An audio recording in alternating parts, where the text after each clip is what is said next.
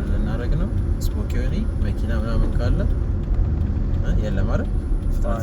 ፍጥነትን ቀንስ። አይ ሞተር ምናምን ቀንስ ፍጥነትን። ሄዳው ዙር። ከዛ አትገባ ትቆማለህ፣ ታያለህ በግራ በቀኝ። እዚህ ጋር መኪና አለ ይሴን የሚለው ነገር ያዝ። ይኸው መኪና እየመጣ ያዝ። ያንተ እነሱ ስፒድ አይመጣጠንም። ሄዳው አንገባ ሂድ። አንገባ በዚህ መስመር ግባ። ብራው መልሳት። አሁን ደገፍ እያደረክ ሂድ። ዩተርን አደረግ። ይሄ ነው ማለት ነው ያንተ ስፒድ እና የዛ እኩል አይደለም። ያ 40-50 ኪሎ ሜትር ፐር አወር እየሄደ ነው። ገና ያንተ 0 ወይ 5-6 ነው። ስለዚህ አትመጣጠኑ፣ ይመታል።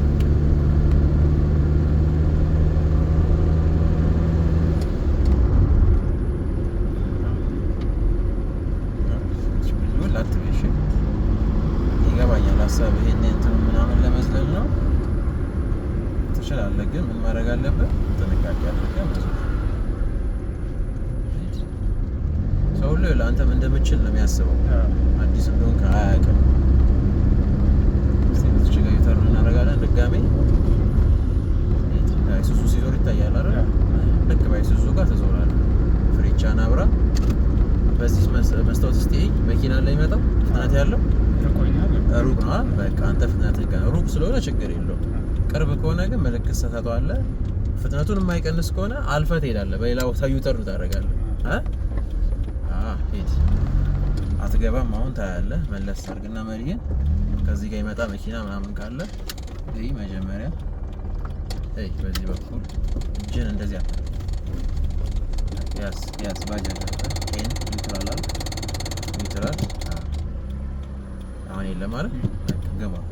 ሸብላ አድርገሽ ገባ። ዙር። እጅን እንዲህ አታርገው። እሺ እንዲህ በቃ እንደሱ ሄዳ ደገፍ። ብሬቻ ናት። እንደዚህ አድርጋ አትያዘው ነው የሚተላለፍበት ከሆነ እጅን እያወጣ መስሎ። ስለዚህ ዩተርን አደራረግ ቀላል ነው። አደባባይ ገብተን ወጥተናል። መብራት ገብተን ወጥተናል። ዩተርን ያበጣ ረድፍ ቀይረን ነድተናል አይደል? አሁን ምንድነው ክፍተት አለብኝ የምትለው አንተ? አለብኝ የምትለው ነገር በቂ ነው። እስካሁን እኔ በጣም ጥሩ ነው።